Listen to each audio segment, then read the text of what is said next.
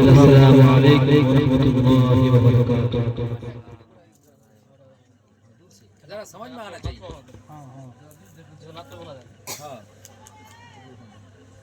नहमदुहु व नुसल्ली अला रसूलिहिल करीम। अम्मा बअद, अऊज़ु बिल्लाहि मिनश शैतानिर रजीम। बिस्मिल्लाहिर रहमानिर रहीम। वलनबलुवन्नकुम बिशैइन मिनल अमवालि वल अनफुसि वस्समरात वबश्शिरिस साबिरीन।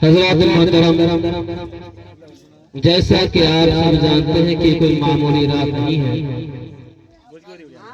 ये रात गुनाह बख्शवाने की रात है। ये रात सोने की नहीं बल्कि किस्मत जगाने की रात है। तड़प के बोलिए सुभान अल्लाह।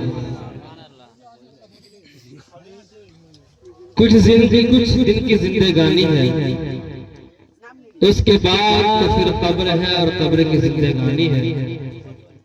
आज की रात साल में एक बार आती है। अभी आप इसके बारे में बार बार सुन चुके हैं कि शब-ए बारात की क्या फजीलत है, कि शब-ए बारात हम मुसलमानों के लिए, हम सुन्नियों के लिए कितने अहमियत की रात है। ये और बात है कि कुछ लोग और रातों की तरह ये रात भी जाया कर देते हैं, बल्कि लोगों को चाहिए कि इस रात में सोच करें, अल्लाह ताला का जिक्र रहे। अल्लाह ताला फरमाता है फज़कुरूनी अज़कुरुकुम। अल्लाह फरमाता है तुम मुझे याद करो, मैं तुम्हें याद करूंगा। तो ये रात अल्लाह को याद करने की रात है। तो जब तक आप इस महफिल में बैठे रहेंगे, अल्लाह को याद करते रहेंगे, अल्लाह भी आपको याद करता रहेगा। तड़प के बोलिए सुभान अल्लाह। देखिए वक्त काफी हो चला है, 11:15 बजने वाला है। अभी दो मुक़र्रिर और मायानाज़ खतीब आपके सामने, एक आए हैं और एक आने वाले हैं। चंद जुमलों के साथ मैं अपना वक्त समेट लूंगा, अपनी गुफ्तगू में समेट लूंगा। बस कुछ जरूरी बातें हैं। मैं आज आप लोगों के सामने कोई तकरीर नहीं करूंगा, बल्कि कुछ आरज़ी लगानी है, कुछ इल्तिजाएं हैं, कुछ आप लोगों से अर्ज करना है। बस उम्मीद है कि आप लोग उसको सुनेंगे।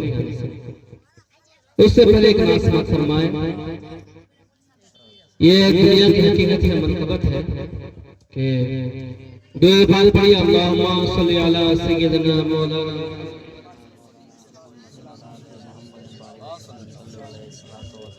कोई आए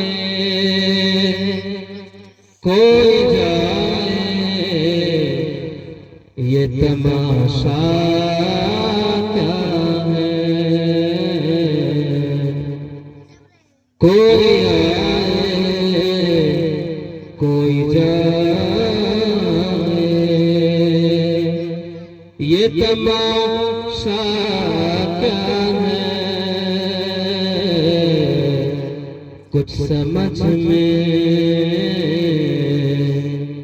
समझ में नहीं आता कि ये दुनिया क्या है। कुछ समझ में नहीं आता कि ये दुनिया क्या है।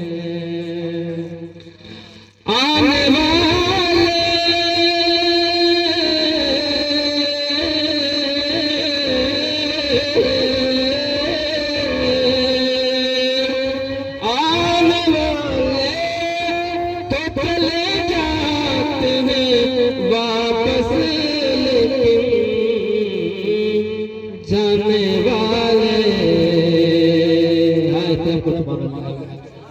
जाने वाले नहीं आते, ये तरीका क्या है। जाने वाले नहीं आते, ये तरीका क्या है। आज कुछ लोग मन करते हैं, इतराते हैं, फख्र करते हैं, सीना तान के चलते हैं। ऐसा लगता है कि उसको शायद मरना ही नहीं है।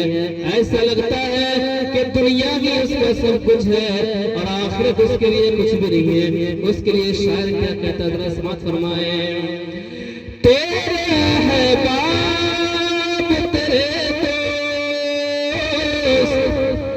तेरे घर वाले,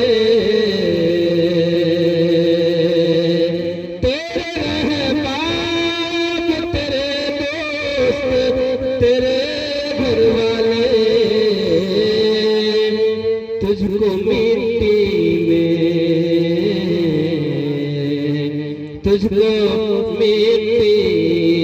में मिला देंगे। समझता क्या है, तुझको मिट्टी में मिला देंगे। दफन करके ये तसल्ली भी दिए जाते हैं। अल्लाह के दफन करके ये तसल्ली भी दिए जाते हैं। रफ्ता रफ्ता रफ्ता रफ्ता सभी आ जाएंगे, डरता क्या है। रफ्ता रफ्ता सभी आ जाएंगे, डरता क्या है। लाला ये शेर देखिए, दुनिया की हकीकत देखिए के बाद मरने के तुझे कहते हैं तेरे अपने। बाद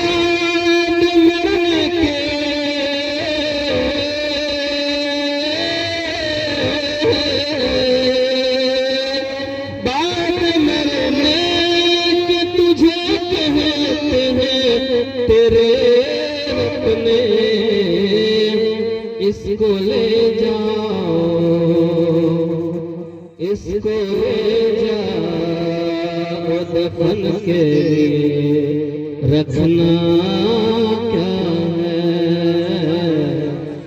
इसको ले जाओ, दफन के लिए रखना क्या है। छोड़ के तुझको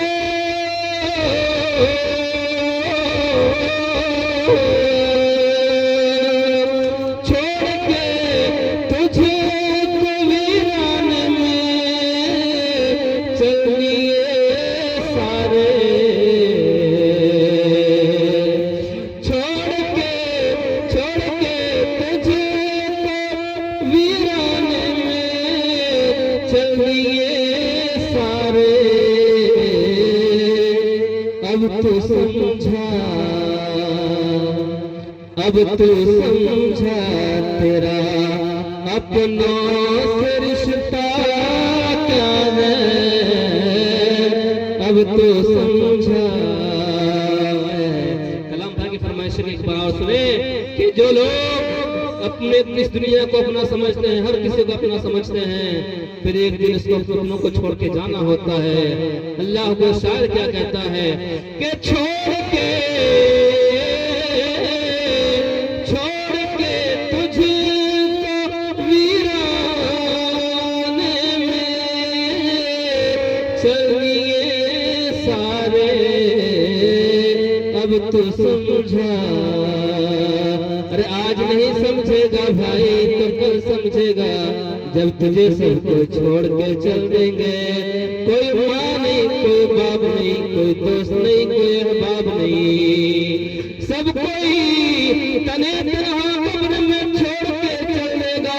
तब समझ में आएगा कि हाय अल्लाह, मैंने जो दुनिया वालों से दिल लगाया था, जिसके लिए मैंने खुदा को भुला दिया था, जिसके लिए मैं अल्लाह को भुला दिया था, जिसके लिए मैंने कब्र को भुला दिया था, जिसके लिए मैंने जिन दोस्तों के लिए, जिन बाल बच्चों के लिए, जिस माँ बाप के लिए मैंने खुदा को भुला दिया है, वो खुदा तो अल्लाह, वो सा रिश्तेदार तो मुझे छोड़ के चले जाएंगे। अल्लाह वो चले जा रहे हैं, अब तू समझा तेरे अपनों से रिश्ता क्या है। कोई आए कोई जाए ये तमाशा क्या है। आखिरी शेर फरमान लिखता है, दो घड़ी रोएंगे हबाब तेरे ऐ कामिल।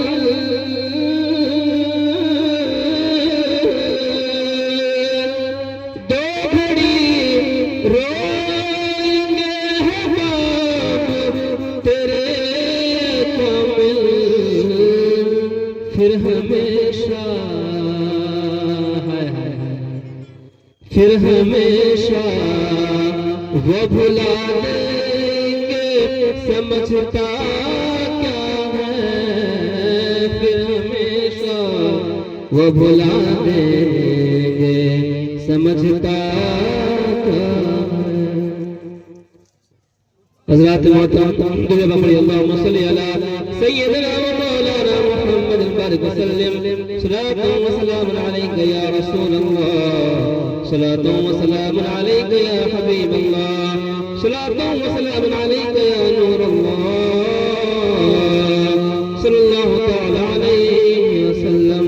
हज़रात मोहतरम वक्त बहुत नाजुक है, हालात बड़ी ही गमगीन है, मुसलमानों की हालात इतने अच्छे नहीं है।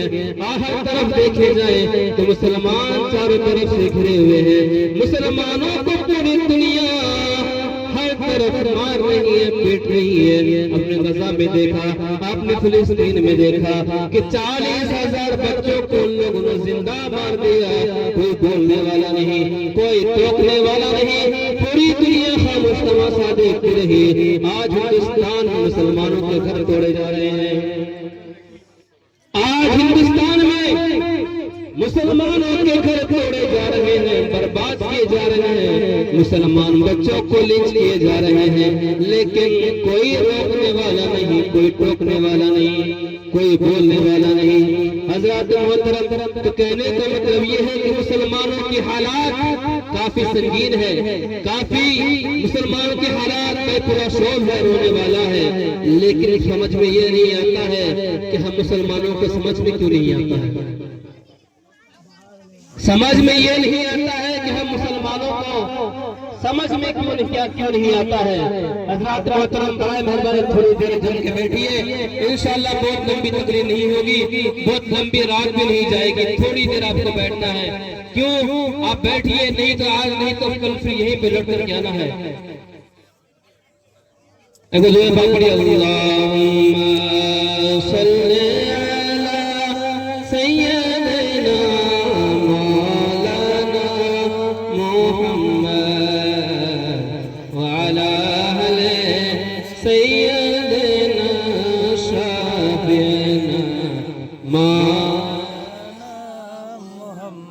हबीबना शफीअना सैयदना मौलाना मोहम्मद जलाले सैयदना सफियना मौलाना मोहम्मद। देखिए, आज का जो तकरीर का मौजू है, ये मौत के बारे में नहीं है, ये जिंदगी के बारे में भी नहीं है, बल्कि ये आपके बारे में है। कहना यह है कि देखिए, आप लोग तकरीर सुनते रहते हैं बार बार, आप लोग तो बात सुनते रहते हैं, लेकिन एक बात आपने कभी गौर किया है कि आपको तकरीरों का असर क्यों नहीं होता? हज़रात मोहतरम, अब जरा ध्यान से सुनिए। मैंने भी बयान किया कि मुसलमानों के हालात बड़े संगीन हैं। मुसलमानों का अपना वकार नहीं रहा, मुसलमानों का अपना मेयार नहीं रहा, मुसलमानों का अपना त्यौहार भी नहीं रहा, मुसलमानों की शादी नहीं रही, मुसलमानों का ब्याह नहीं रहा। मतलब हम मुसलमान तो हैं, मगर हमारे अंदर इस्लाम नहीं बल्कि दुनिया घुस चुकी है। हमारे अंदर, हमारे मुआशरे में इस्लाम नहीं, इस मुसलमान होने के बावजूद, कुरान होने के बावजूद, इस्लाम का दामन होने के बावजूद, हमारे हाथों में रसूलुल्लाह का दामन होने के बावजूद, बुजुर्गों का दामन होने के बावजूद आज हमारे अंदर इस्लाम नहीं है बल्कि दुनिया घुसी हुई है। आप जो सोच रहे हैं, आपको लगता है कि आप सोच रहे हैं, लेकिन सच तो ये है कि आप सोच नहीं रहे हैं, बल्कि आपको कोई सोचने पर मजबूर कर रहा है।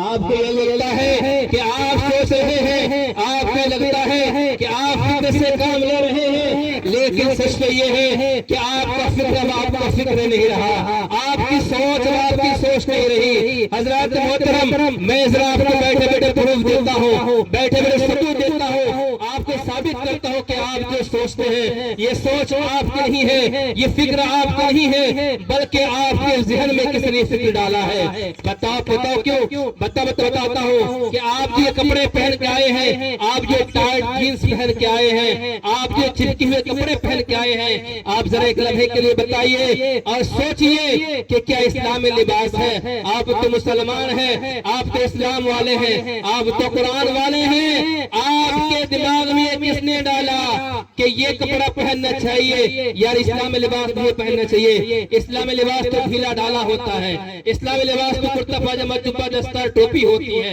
आपने इन सब के बावजूद, मुसलमान होने के बावजूद ये टाइट जींस की चुना, ये चिपका हुआ कमीज की चुना। आपके चेहरे पर आप सोचिए, आपने ये बारहा सुना होगा कि दाढ़ी रखना कितनी सुन्नत है, दाढ़ी रखना हुजूर की सुन्नत है, दाढ़ी रखने की क्या फजीलत है। उसके बावजूद आप दाढ़ी नहीं रखते। आप क्यों नहीं रखते? आप मुसलमान हैं, आप मुसलमान होने के बावजूद आप के अंदर इस्लाम की सोच क्यों नहीं है? इस्लाम पर अमल पैरा क्यों नहीं है? अब जरा सोचिए, मैं आपको बताऊं, ये आपको किसने सिखाया, ये आपको किसने बताया कि दाढ़ी काटने इंसान जरा हैंडसम नजर आता है? आपको किसने बताया कि दाढ़ी छिड़ा देने से, ये डिजाइन वाली दाढ़ी रखने से इंसान खूबसूरत दिखता है? जबकि खूबसूरत तो कहता है, अल्लाह कहता है कि सबसे खूबसूरत वो है वो तुहावल ले सजा। अल्लाह से खूबसूरत कहता है इस दुनिया में अगर सबसे कोई खूबसूरत है तो वो अल्लाह का रसूल है, वो अल्लाह का नबी है। अल्लाह के रसूल के चेहरे में दाढ़ी थी। अब जरा आप सोचिए कि आप दाढ़ी क्यों नहीं रखते? आपको किसने बताया? आपको ये किसने सिखाया? आपके चेहरे को किसने बताया? अल्लाह अकबर। तो जरूर आपके जहन में किसी ने ये डाला होगा। आपने कहीं ये देखा होगा, किसी टीवी में देखा होगा, किसी सिनेमा घर में देखा होगा, किसी मोबाइल में देखा होगा। आपने देखा होगा कि एक हीरो आता है, काफी चिकना होता है, उसकी दाढ़ी नहीं होती है, उसका उसकी दाढ़ी नहीं होती है या फिर डिजाइन वाला कट होता है, उसके बाद जब वो उधर से गुजरता है तो आपने देखा होगा कि एक लड़की उधर से गुजरती है, वो लड़की उसकी तरफ पलट के देखता है और वो लड़की उसकी तरफ मरगूब हो जाती है। वहीं पर आपके जहन में ये चोट लगाई जाती है कि भाई आपको ये दुनिया बताती है कि दाढ़ी रखना खूबसूरती की निशानी नहीं है, बल्कि दाढ़ी कटाने से लड़कियां इंप्रेस होती है, दाढ़ी कटाने से दुनिया आपको पसंद करती है। जबकि आपका इस्लाम तो ये कहता है कि रसूलुल्लाह के चेहरे पर दाढ़ी थी, खूबसूरती दाढ़ी रखने में है। अल्लाह अकबर। अब जरा सोचिए, अपने माँ बहनों पर नजर कीजिए, क्या आपको पता नहीं है कि इस्लाम में, कि हमारे माँ बहनों को पता नहीं है कि इस्लाम में पर्दे का कितना हुक्म है, इस्लाम में शर्म हया कितना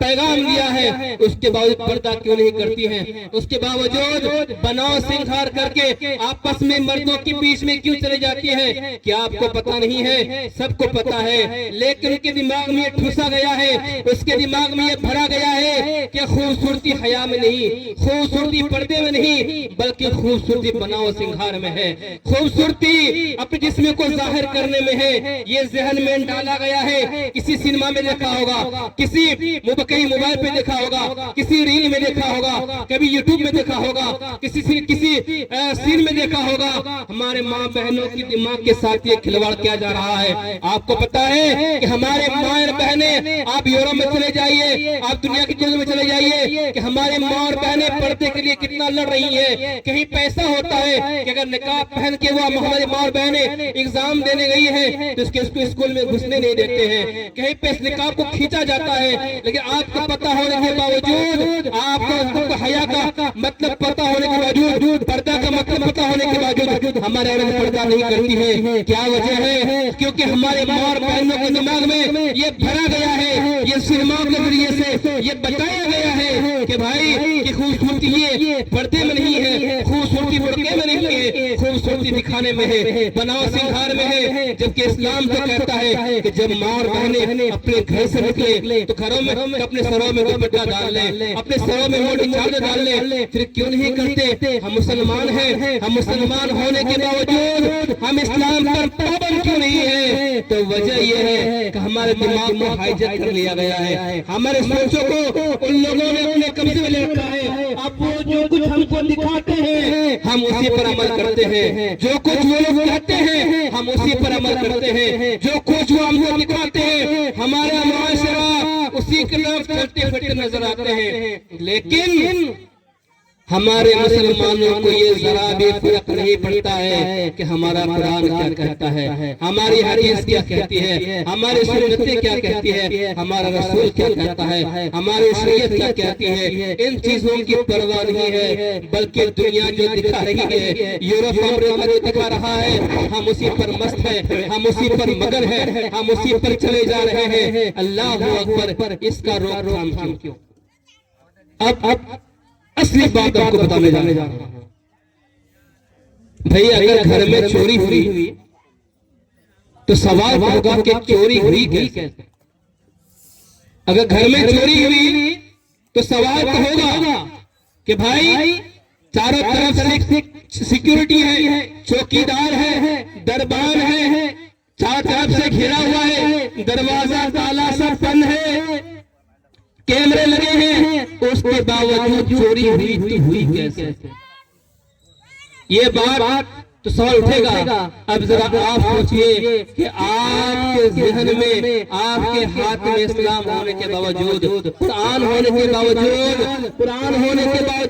इस्लाम होने के बावजूद, सुन्नत रसूल होने के बावजूद आपकी सोच को कैसे हाइजैक कर लिया गया? आप एक मुसलमान जैसा क्यों नहीं सोच पा रहे हैं? आप इस्लाम जैसा क्यों नहीं सोच पा रहे हैं? आपको जो इस्लाम कहता है वो आप क्यों नहीं कर पा रहे हैं? क्या वजह है? क्या कभी आपने ये गौर किया नहीं कि क्या मसला है यार? कि मैंने कितनी बार बात सुनी, कितने तकरीरें सुनी, कितने बयान सुने कि नमाज पढ़ने से ये होता है, नमाज नहीं पढ़ने से नहीं पढ़ने का नुकसान ये है, नमाज पढ़ने का फायदा ये है, नमाज नमाज पढ़ने से गुनाह माफ होते हैं, नमाज पढ़ने से अल्लाह राजी होता है। अगर नमाज नहीं पढ़ते तो अल्लाह नाराज होता है। आखिरत खराब होने वाली है। सबसे पहला सवाल महशर के दिन नमाज के बारे में होगा। आपने हजारों तकरीर नमाज तुम्हारे सुनी है, लेकिन सुनने के बावजूद, परखने के बावजूद आप अभी तक नमाजी क्यों नहीं बनी? ऐसा क्या हुआ आपके साथ? आपके साथ ऐसा क्या किया गया कि इतना कुछ होने के बावजूद, इतनी तकरीरें, वाज, बयान सुनने के बावजूद, नारा लगाने के बावजूद, ना सुनने के बावजूद आप अभी तक 5 वक्त नमाजी क्यों नहीं बन सकते? कभी आपने सोचा है? कभी आपने गौर किया? तो आइए आपको बताता हूँ, इसके बाद मेरी तकरीर खत्म। देखिए, हर चीज का एक वक्त होता है। वो जो पाक पढ़िए, अल्लाहुम्मा सल्ली अला सय्यिदना मौलाना मुहम्मदिन बारिक वसल्लम सलातु व सलाम अलैहि।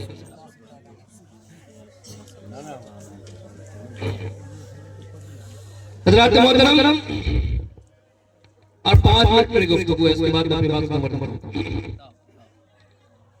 हाँ, क्या हुआ हमारे साथ? ऐसा क्या हुआ कि हम बचपन से मुसलमान हैं, अल्हम्दुलिल्लाह। हम किसी काफिर घर में तो पैदा नहीं हुए, हम किसी मुशरिक, किसी यहूदी, किसी ईसाई घर में तो पैदा नहीं हुए। यहूदी होने के, कि हम मुसलमान के घर में होने के बावजूद हम इस्लाम नहीं लाए। बचपन से हमको इस्लाम सिखाया जा रहा है, उसके बावजूद हम आज तक इस्लाम में पूरी तरह से दाखिल क्यों नहीं हुए? तो याद रखिए, इसकी वजह से सिर्फ एक है कि हर चीज का एक वक्त होता है, हर चीज की एक जगह होती है। आप ये देखिए, ये गिलास अभी खाली है, इस गिलास में उतना ही पानी भर सकते हैं जितना इसमें खाली है। अगर गिलास अगर फुल हो गया तो इसमें पानी, अगर ये बोतल पूरा फुल हो गया तो इसमें पानी नहीं भर सकता। यही है ना? अगर कोई चीज पहले से भर दिया गया हो तो उसमें भर नहीं सकते। और हर चीज का एक वक्त होता है। वक्त अगर वक्त पर ना किया जाए तो वो चीज तो कोई होगा ही नहीं। मिसाल के तौर पर आप लोग सब किसान हैं, खेती करते हैं। आप बताइए, आप धान लगाते हैं, धान कभी अगर गर्मी के मौसम में लगा देंगे या सर्दी के मौसम में लगाएंगे तो होगा? नहीं होगा। धान के लिए चाहिए पानी। अगर पानी नहीं होगा, बरसात के मौसम में धान नहीं लगाएंगे, धान नहीं होगा। अगर आप सरसों को बरसात में लगा देंगे तो नहीं होगा। हर चीज का एक वक्त होता है। आप जरा सोचिए, आज आप तकरीर सुनने आए हैं, आज आपको मौलाना की तरफ तकरीर कर दे, आपके कानों पर, आपके दिमाग में इसका असर नहीं होता है। पता है क्यों? क्योंकि आज आप तकरीर सुन रहे हैं, आज आपको सीखने का वक्त नहीं है, ये वक्त है अमल करने का। सीखने का वक्त कब होता है? जब दिमाग पूरा खाली होता है, जब दिमाग में दुनिया नहीं होती है, जब दिमाग में दुनिया की लालच, दुनिया की चाल, दुनिया का रंग, दुनिया का होश व माहौल जब दिमाग में नहीं होता है। या जब हम बच्चे होते हैं, जब हम 5, 7 साल, 8 साल के बच्चे होते हैं, जब हम 7 साल, 8 साल के बच्चे होते हैं, हमको दुनिया से कोई गरज नहीं होता है। हमको जिधर से हमको जिधर सिखाते हैं उधर चले जाते हैं। जो कुछ बताया जाता है हम वही अमल करने लगते हैं। तो वक्त वजह ये है कि दीन सीखने का जो वक्त होता है वो होता है कब? वो होता है 5 साल, 7 साल, 8 साल, 10 साल के अंदर। इस जो सीखने का टाइम होता है, उस वक्त आपके जहन में कुछ भी नहीं होता है। आपके पास मोबाइल है, आप सब जानते हैं कि मोबाइल में लिमिटेड मेमोरी होता है, 200 GB, 400, 500 GB। अगर वो फुल हो गया तो उसमें कुछ आता नहीं है। हजरात मोहतरम, अपने दिमाग में भी सोचिए कि आपके दिमाग में दुनिया घुस चुकी है, आपके दिमाग में दुनिया के माहौल घुस चुके हैं, दुनिया के रंग घुस चुके हैं। आपको वाज किया जा रहा है, आपको बोला जा रहा है, आपको तकरीर की जा रही है, आप सुन रहे हैं, लेकिन असर कुछ भी नहीं हो रहा है। वजह यह है कि दुनिया आपके दिमाग में समा चुका है। अब दुनिया के झमेले फंस चुके हैं, आप कारोबार में घुस चुके हैं। लेकिन अगर आपको यही तकरीर, आपको यही माहौल, यही पढ़ाई, यही इल्म अगर आपको 7 साल, 5 साल की उम्र में दिया जाता, आपको उस्ताद आपको हाथ पकड़ के मस्जिद में ले जाता, आपकी देख रेख करता, अब जब 10 साल के हुए तो आपको कंटिन्यू जमात के साथ आपको नमाज पढ़ाता। जब आप पहली मरतबा तारीख से आने गए थे और कोई उस्ताद आपको बताते कि बेटा दाढ़ी हमारे नबी की सुन्नत है, जब आपको पता भी नहीं था कि खूबसूरती क्या है, आपको उसमें हुजूर की मोहब्बत होती।